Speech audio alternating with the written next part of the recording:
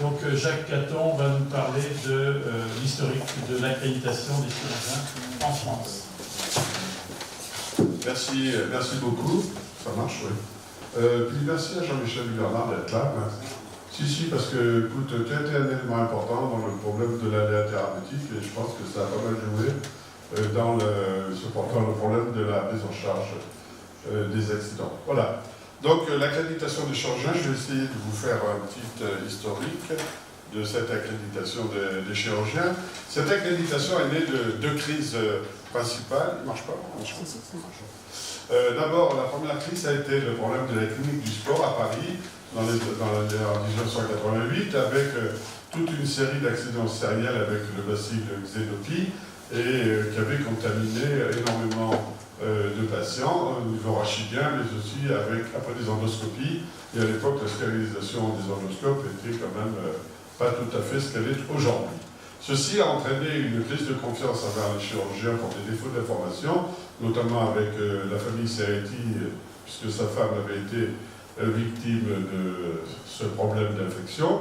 Et ceci a abouti aussi à la loi Kouchner de mars 2002 relative aux droits des malades et à la qualité du système de santé, avec les deux types d'indemnisation des risques médicaux, soit au titre de la responsabilité médicale, soit au titre de la solidarité nationale. Ensuite, il y a eu l'attentat des tours jumelles de New York, et on a vu, après ces attentats, des assureurs sont retirés du marché car ils trouvaient que ce marché n'était pas assez juteux, notamment les compagnies ACRE, et ceci a abouti également à une loi complémentaire le 30 décembre 2002, qui était la loi About. About, je veux dire, qui a transformé le fait générateur en fait déclaratif, on est parti non plus du fait générateur, mais du fait déclaratif avec le CLEMSPEL. Et cette loi a été un effet d'aubaine formidable pour les assureurs qui ont commencé à revenir un peu sur le marché, et notamment a eu des conséquences avec les trous de garantie. Donc ces crises ont eu comme conséquence d'abord une augmentation très importante des primes d'assurance responsabilité civile professionnelle, RCP c'est responsabilité civile professionnelle, qui ont été multipliées par 3, qui sont passées de 5 000 à 15 000 euros. Ceci avait un certain nombre de dangers, notamment en ce qui concerne la chirurgie d'urgence, et puis d'autre part le problème de l'obstétrique, où les coûts étaient très élevés. Et puis ceci pouvait entraîner ici également, dans certaines zones rurales, des risques de désertification avec des spécialistes beaucoup moins nombreux et qui se désengageaient. Alors, à l'origine, pour essayer de résoudre cette crise, ce sont les médecins qui ont pris ça en charge. Et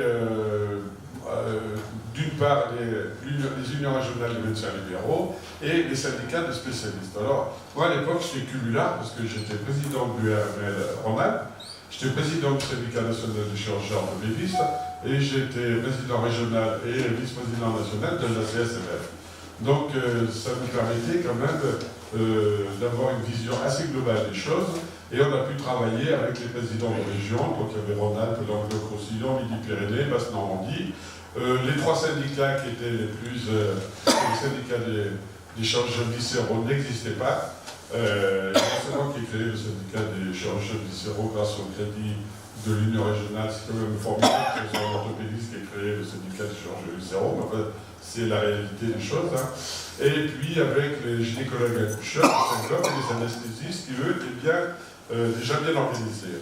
Et on a d'abord travaillé un groupe qui s'est appelé Réconcilier droits et soins, où il fallait trouver effectivement une réponse à l'augmentation des primes. Et d'autre part, on a évolué ensuite sur les risques, on va voir tout ça.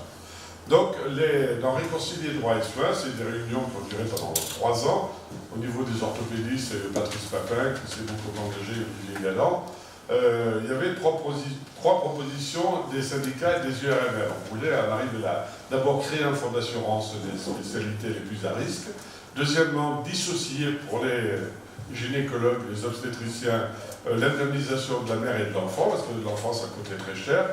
Donc, on voulait que l'enfant soit pris en charge par la solidarité nationale, quand il y avait un problème après un accouchement. Et enfin, la mise en place active d'une politique de gestion des risques, et en sachant qu'on avait déjà l'idée que les actions de prévention devaient valoir accréditation des médecins.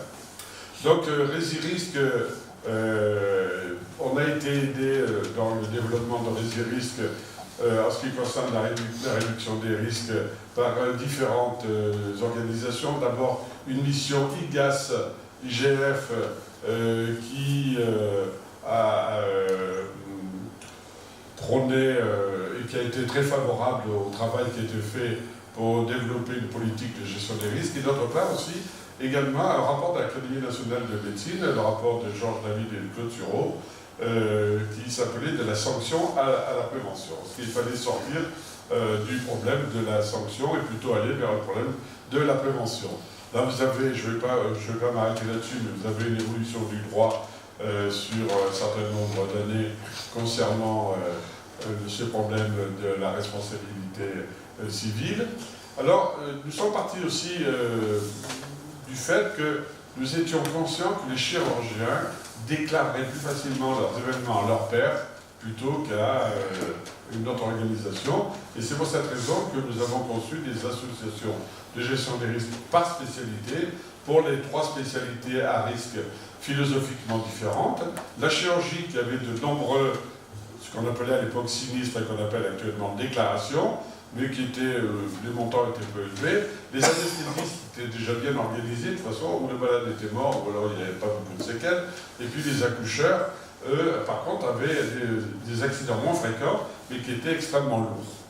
Alors, les 4 unions régionales des médecins libéraux, le syndicat des orthopédistes, le SAINOF et les anesthésistes ont demandé à l'ANAS, vous savez que ça, à l'HAS, c'est appelé ANDEP, puis ANAS, et à l'IRDQ, qui était l'Institut de recherche et développement de la qualité, de coordonner ce processus et de mettre en place ce dispositif national de réduction des risques. Pour les orthopédistes, nous étions 3. Il y avait également pour les accoucheurs Marty et puis Guy-Marie Cousin, et pour les anesthésistes, autant que je me souvienne, Georges Yavordios, qui ont beaucoup travaillé là-dessus.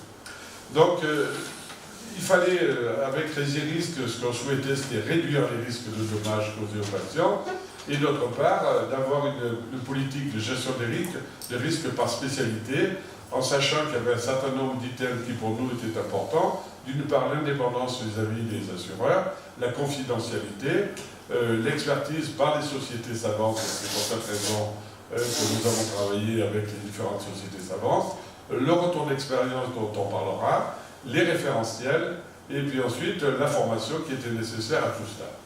Donc les conclusions de Résirisque, avec une étude conduite par à l'époque Alain Coulon, qui était directeur général de l'ANAS, et Pierre Maillard, qui était le directeur général de l'IRDQ, en 2004, ont mis en évidence l'intérêt du dispositif pour la collectivité nationale, a défini les missions et les grands principes de cette gestion des risques, a suggéré un statut juridique et a estimé un financement.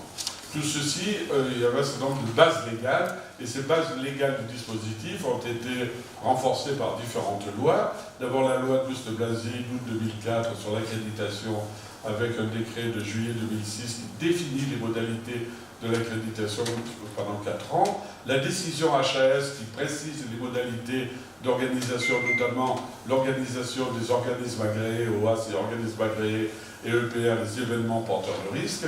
Et enfin, le décret de 2006 et l'arrêté de décembre 2007 qui a défini la participation financière de la caisse d'assurance maladie, sans laquelle il n'était pas possible de faire fonctionner ce système. Donc nous sommes allés ainsi, avec de très nombreuses réunions dans les ministères, vers la création d'abord d'Orthorisque, qui était l'organisme de gestion des orthopédistes, avec Frédéric Van Rockeghem, qui à l'époque était directeur du cabinet de Auguste Blasi, et puis qui est devenu président de l'ACTAB, Xavier Bertrand, qui a été secrétaire d'État de Auguste Blasi, puis ensuite est devenu ministre avec différentes dénominations de ministères, mais vous voyez, pendant 5 ans, on a pu travailler avec Xavier Bertrand, et je pense qu'il faut remercier Xavier Bertrand de nous avoir vraiment facilité la tâche pour travailler. Et puis sur le plan financier, on a eu un conseiller qui s'appelait Éric France, et qui a permis le financement des OA. Et tout ceci a abouti à la création et au financement de l'accréditation. Donc vous voyez, c'est une histoire un peu longue. Il y avait aussi 2 choses qui étaient importantes à l'époque, parce que nous avions l'obligation de l'évaluation des pratiques professionnelles. Vous avez peut-être oublié ça, mais on parle de récertification, etc.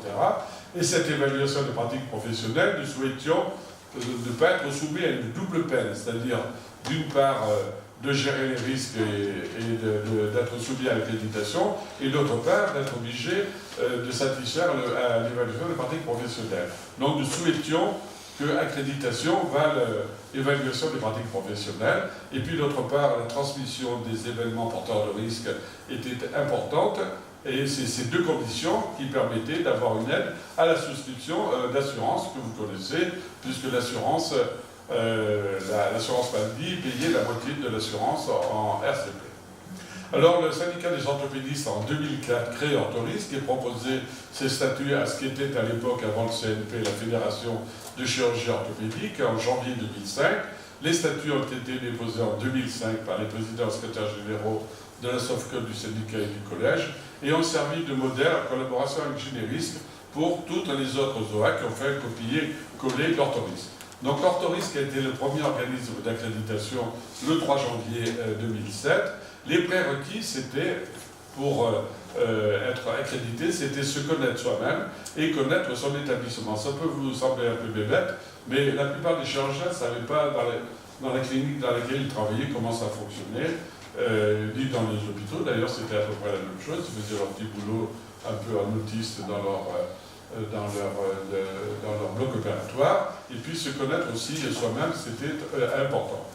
Donc les prérequis et les conditions d'engagement, c'était d'abord être orthopédiste.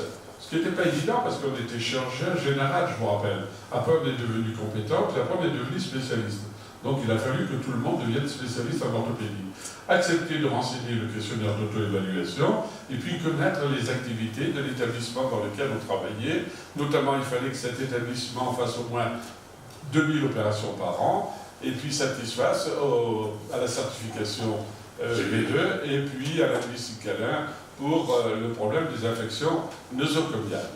Alors, le premier programme d'accréditation de la spécialité, il y a eu d'abord un audit sur le compte-rendu opératoire, et ça, je faut remercier Christian Delaunay qui a beaucoup travaillé là-dessus. Christian est maintenant le président d'Orthorisque, qui a été président de la SOFCOL, et parce que, aussi paradoxal que cela puisse paraître, c'était le compte-rendu, vous vous rappelez, incision habituelle, fermeture totale, au revoir merci, en 2 lignes, on avait renseigné le compte-rendu, on ne savait pas quelle prothèse avait été mise, ni quelle était la voie d'abord, etc. Donc, sur le compte-rendu opératoire, on a essayé de faire en sorte qu'il puisse y avoir un suivi.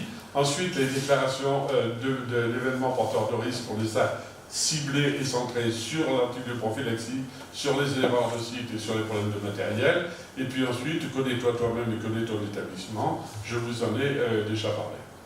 Alors, les faits marquants, je ne vais pas vous les rappeler, on les a vus.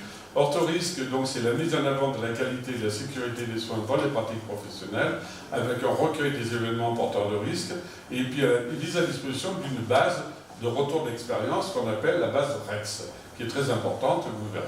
En 2018, finalement, quel est le résultat Orthorisque? Vous voyez, c'est 1681 chirurgiens orthopédistes, malheureusement 90% privés et 10% publics, Générisque 1166, Vicérisque 780, les anesthésistes sont 850.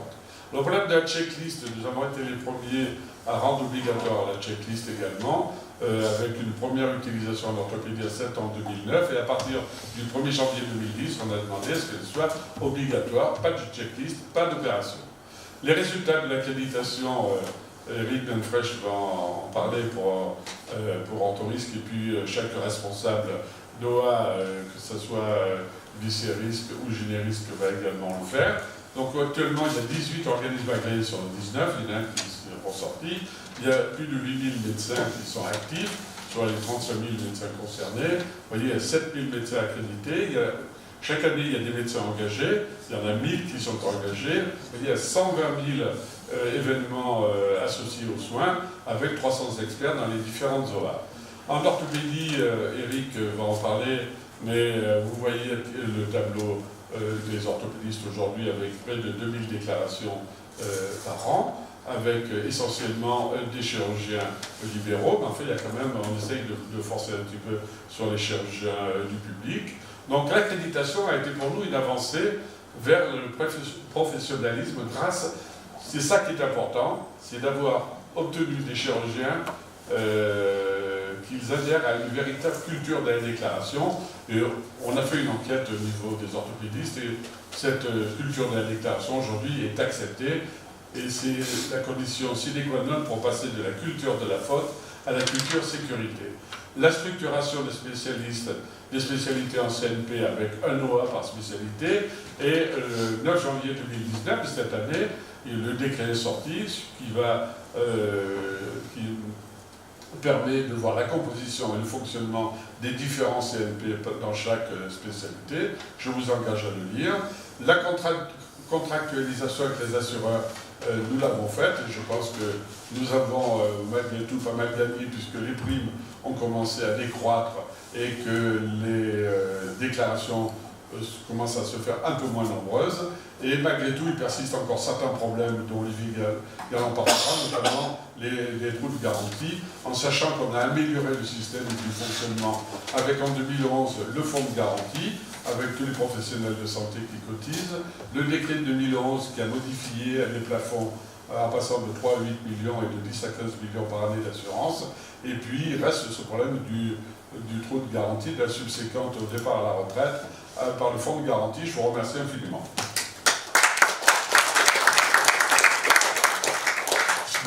Merci Jacques Cattan. Est-ce qu'il y a des questions? Cette culture de risque, cette culture de risque, elle impose quand même de la part des praticiens d'investir beaucoup de temps. Donc c'est quand même sûrement le démarrage est difficile. Voilà le premier élément. Deuxième élément, comment est-ce qu'on peut faire pour faire venir plus les médecins des hôpitaux publics à avoir cette accréditation, parce qu'ils sont vraiment très peu nombreux? Je vais répondre à la deuxième d'abord, parce que c'est effectivement le plus difficile. Bon, il y a beaucoup de médecins des hôpitaux publics, une clientèle privée qui ont adhéré de façon spontanée, comme les libéraux, aux OA et à cette gestion des risques. Il est évident que les directeurs sont en grande partie responsables du désintéressement des praticiens dans les hôpitaux publics. Et puis je pense que le système assurantiel aujourd'hui, entre guillemets, est trop favorable, je dis bien entre guillemets, aux médecins des hôpitaux publics, parce que même s'ils n'ont pas l'expertise et même s'ils ne remplissent pas les dossiers, de toute façon, ils sont relativement bien protégés, avec vraiment très peu de risques, à moins d'avoir coupé la tête de la grand-mère, pour être condamné. En ce qui concerne le temps passé, bon, je pense que, par exemple, Eric y répondra, parce que c'est les directeurs qui font fonctionner, et les experts qui font fonctionner ces organismes agréés qui connaissent bien ça, mais ce n'est pas non plus un temps fou. Nous, on a une réunion chaque année qui réunit 1200 orthopédistes au Palais des Congrès. Franchement, on a le grand amphi du Palais des Congrès qui est plein à craquer. Le premier jour du congrès, c'est vraiment impressionnant de voir 1200 orthopédistes qui sont là pour travailler une journée ensemble sur ce problème de la gestion des risques, où on discute de différentes choses et du programme de l'année. Et puis d'autre part, ils ont un certain nombre de conditions à remplir concernant leur activité, déclarer au moins, on a réduit d'ailleurs la charge, puisqu'avant il y avait 2 événements porteurs de risque, maintenant on les a réduits à un événement. On essaye de faire des e-congrès également pour éviter des déplacements, donc on essaye d'alléger la charge, mais finalement cette charge n'est pas non plus majeure. Moi je pense que c'est plus un problème d'état d'esprit aujourd'hui. Moi ce que je peux dire en tous les cas, c'est qu'on ne perd plus aujourd'hui comme on le perdait il y a 10 ans. C'est clair que quand on rentre en salle d'opération, c'est plus du tout comme avant. Philippe Breil. Oui, merci aux orthopédistes. J'ai participé à cette aventure. On les a suivis toujours de très loin, ils nous précèdent toujours, ils nous précéderont encore. Et j'avoue que nous n'avons pas le même succès avec nos ouailles en ce qui concerne les chirurgiens MCO. Il y a 3 éléments qui sont négatifs dans ce que tu as rappelé. Le premier vient d'être évoqué par Xavier Martin, c'est la participation des chirurgiens publics. Le deuxième, c'est que je suis très étonné par le fait qu'il n'y ait que 7000 accrédités sur 35 000. Ça veut dire que nous en perdons un peu tous les jours. Est-ce que ce ne serait pas, et vous l'avez sûrement pressenti chez les orthopédistes, parce que les processus de participation à l'accréditation sont trop complexes Et beaucoup de nos collègues les ont abandonnés parce qu'ils sont trop complexes et vous, comme tu viens de nous dire, vous les avez simplifiés. Troisième élément, je n'ai pas le sentiment qu'on ait favorisé, à part quelques contacts personnels que nous avons avec certaines compagnies d'assurance, qu'on ait favorisé la baisse des primes. On s'est imposé ce parcours parce qu'on s'y est intéressé, parce que nous avons été passionnés par la prévention des risques, mais on a eu l'impression que les assureurs ne changeaient rien à leur pratique, et preuve en est qu'une compagnie a licencié, entre guillemets, une bonne partie de son cheptel il y a 2 ans. Et j'ai pas l'impression que le fait d'être accrédité ou pas accrédité était un critère pour que cette compagnie se sépare de ses clients. Donc j'ai l'impression que là, on a encore beaucoup de boulot à faire pour parler avec les assureurs. Je ne sais pas ce que tu en penses. Oui, d'abord, Philippe, je voudrais te remercier parce que tu as été un élément essentiel dans toute cette histoire, hein, même si je ne t'ai pas cité, quand tu as été président de ton syndicat, on a travaillé ensemble. C'est vrai que nous, on a essayé d'alléger un petit peu. Moi, je suis sur les assurances, je ne suis pas d'accord avec toi, parce qu'aujourd'hui, nous, on travaille avec les assureurs. Ça faisait partie des statuts d'orthorisque de travailler avec les assureurs. Donc, on a des réunions régulières avec les assureurs. Olivier Galland va en parler. Il y a un feedback avec les assureurs. Aujourd'hui, je pense que René Amalberti peut en parler aussi, puisqu'il y a des visites maintenant des assureurs chez les chirurgiens qui sont plus à risque, entre guillemets, par exemple. On a écrit pas mal de papiers scientifiques en collaboration avec les assureurs qui nous ont fourni un certain nombre de dossiers là-dessus. Et je t'assure que les assureurs aujourd'hui mettent beaucoup de bonne volonté, en tous les cas nous. Et nous, chaque année, on réunit les 2 assureurs et le courtier branché pour pouvoir discuter avec eux du montant des primes, la façon dont on doit travailler ensemble, qu'est-ce qu'ils ont fait, qu'est-ce qu'ils n'ont pas fait, qu'est-ce qu'on doit faire comme programme à venir, etc. Moi, je pense qu'aujourd'hui, le contact avec les assureurs, en tous les cas, en ce qui concerne les orthopédistes, est bon. Voilà, vous êtes en avance, c'est bien ce que vous dites. Merci beaucoup. Patrick Coleby. Patrick Coleby, urologue. L'expérience des urologues sur la gestion des risques, on a mis en évidence qu'en fait il y avait une désynchronisation entre les urologues qui étaient accrédités, qui participaient à l'accréditation, et finalement les établissements dans lesquels ces urologues travaillaient. Et ce pourquoi ça peut expliquer aussi pourquoi les urologues publics ne participent pas très peu à cette accréditation. Parce que le système organisé fait que la déclaration des EPR se fait en boucle fermée vers l'HAS, avec des experts qui vont regarder ces EPR, avec une mise en situation et le retour de l'expérience, sans que l'établissement soit au courant de cette déclaration d'EPR. Alors que dans le système, c'était prévu. Mais ça n'a jamais été utilisé et ça n'a jamais été mis en avant pour que ça passe par l'établissement, que ça soit envoyé à l'organisme d'accréditation et qu'ensuite il y ait une réflexion globale. Parce que lorsque un EPR arrive dans un établissement, ce n'est pas un individu qui est en cause, c'est une équipe. Et il faut que cette équipe soit au courant de cette déclaration. Et si on veut progresser dans cette gestion des risques par les praticiens publics ou privés, il faut que ça passe par l'établissement. Il ne faut pas que ça passe dans le circuit de la boucle de l'HAS et de l'organisme d'accréditation. Moi, je pense qu'il y a 2 choses, mais Eric va certainement parler de l'évolution vers l'accréditation en équipe, etc. Donc aujourd'hui, c'est vrai qu'il y aura une coopération plus importante avec les établissements. Est-ce que pour autant les chirurgiens seront plus motivés? Je n'en suis pas certain. Ce qui est obligatoire à l'établissement, ce n'est pas les événements porteurs de risque, de la déclaration, c'est les événements désirables graves, c'est ça surtout. Et ce qu'il faut savoir, c'est qu'il y a beaucoup d'événements désirables graves qui ne sont pas déclarés là où ils devraient l'être. Et de temps en temps, nous, on recevait des événements désirables graves, et on était très ennuyés parce que ce n'est pas à nous de les recevoir non plus, ni à régler le problème. Alors après, chacun travaille. Il est évident qu'aujourd'hui, l'accréditation a quand même beaucoup servi dans la certification des établissements. Et je crois qu'on ne pouvait pas faire cette certification de façon correcte sans que les chirurgiens soient engagés dans la démarche d'accréditation aujourd'hui. En ce qui concerne le public, j'ai déjà dit ce que j'en pensais. Il faut qu'on travaille Mais en fait, il faut trouver un mécanisme de financement pour intéresser les chargeurs publics là-dessus. Merci Jacques, je pense qu'on va s'arrêter sur ces mots. Je pense que les questions vont revenir souvent dans les interventions suivantes.